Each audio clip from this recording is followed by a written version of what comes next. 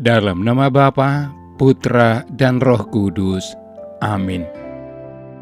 Ya Allah Bapa yang Maha Kasih, dalam diri Yesus Kristus Putramu, Engkau telah menaruh sabda cinta kasih-Mu. Kami mohon, buatlah sabda-Mu itu berkembang subur dalam diri kami, agar kami semakin menyerupai Putra-Mu dalam cinta kasih yang tulus kepada sesama kami. Dan semoga renungan yang akan kami dengarkan dan kami renungkan saat ini sungguh memperkaya kami, memperkuat kami untuk dapat menjadi pengikut-Mu yang setia. Demi Kristus, Tuhan dan pengantara kami. Amin.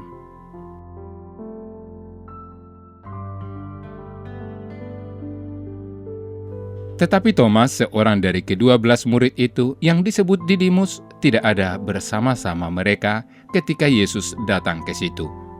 Maka kata murid-murid yang lain itu kepadanya, "Kami telah melihat Tuhan." Tetapi Thomas berkata kepada mereka, "Sebelum aku melihat bekas paku pada tangannya, dan sebelum aku mencucukkan jariku ke dalam bekas paku itu, dan mencucukkan tanganku ke dalam lambungnya, sekali-kali aku tidak akan percaya."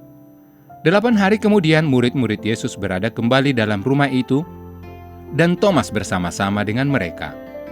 Sementara pintu-pintu terkunci, Yesus datang dan ia berdiri di tengah-tengah mereka dan berkata, "Damai sejahtera bagi kamu." Kemudian ia berkata kepada Thomas, "Taruhlah jarimu di sini dan lihatlah tanganku. Ulurkanlah tanganmu dan cucukkan ke dalam lambungku, dan jangan engkau tidak percaya lagi, melainkan percayalah." Thomas menjawab dia, "Ya Tuhanku dan Allahku." Kata Yesus kepadanya, "Karena engkau telah melihat, maka engkau percaya. Berbahagialah mereka yang tidak melihat, namun percaya."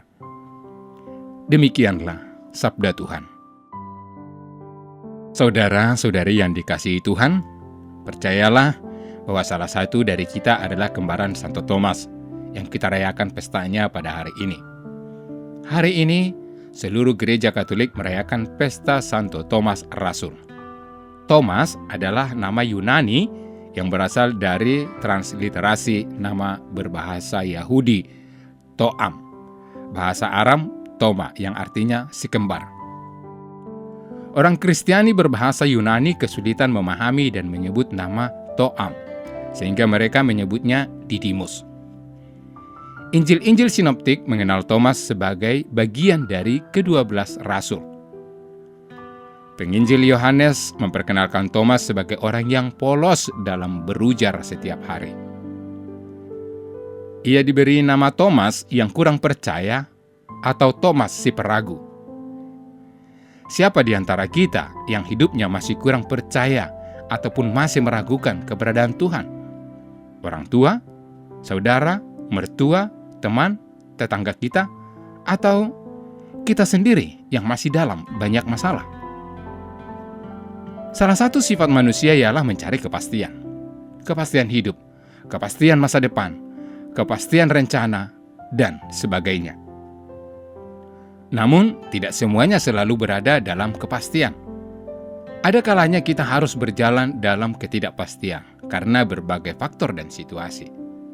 Thomas meragukan kebangkitan Yesus karena ia tidak mendapatkan kepastian tentangnya.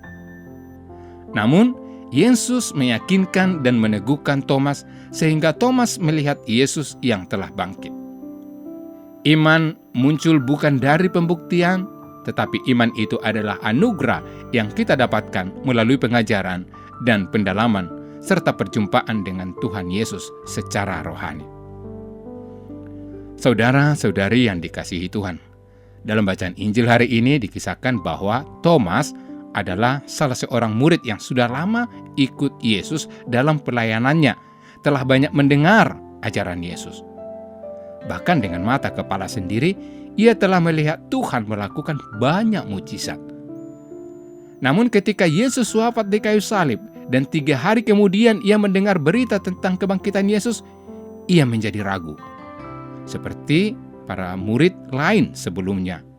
Bahkan mengatakan, "Sebelum aku melihat bekas paku pada tangannya dan sebelum aku mencucukkan jariku ke dalam bekas paku itu dan mencucukkan tanganku ke dalam lambungnya, sekali-kali aku tidak percaya. Saudara, sama seperti Thomas, terkadang kita pun meragukan kehadiran dan bimbingan Tuhan dalam hidup kita. Ketika kita mengalami persoalan, kita bertanya, di manakah Tuhan? Kita bertanya, mengapa semua ini terjadi? Apa maksud Tuhan atas semuanya ini? Apa yang sebenarnya Tuhan inginkan dari semuanya ini? Kita cenderung seperti Thomas yang selalu mencari kepastian atas segala peristiwa yang terjadi dalam hidup kita. Pertanyaan refleksi singkat untuk kita, saudara-saudari yang dikasihi Tuhan. Sudahkah kita bijak dalam bersikap? Dan mampukah kita menempatkan diri sesuai porsi dan peran kita masing-masing? Tuhan memberkati. Ya Allah, berilah kami iman yang benar dan harapan yang teguh, sehingga tanpa ragu kami mempercayakan seluruh suka dan duka hidup kami ke dalam tangan kasih-Mu. Amin. Allah Tritunggal Maha Kudus, Bapa, Putra, dan Roh Kudus. Engkaulah Allah Esa yang Maha Kuasa dan Maha Rahim. Kami puji dan muliakan Dikau. Di tahun komunitas basis ini, dengan sepenuh hati kami mengagungkan Dikau karena Engkaulah sumber, dasar, dan model sempurna kesatuan kami dengan Dikau, sesama, dan alam ciptaan.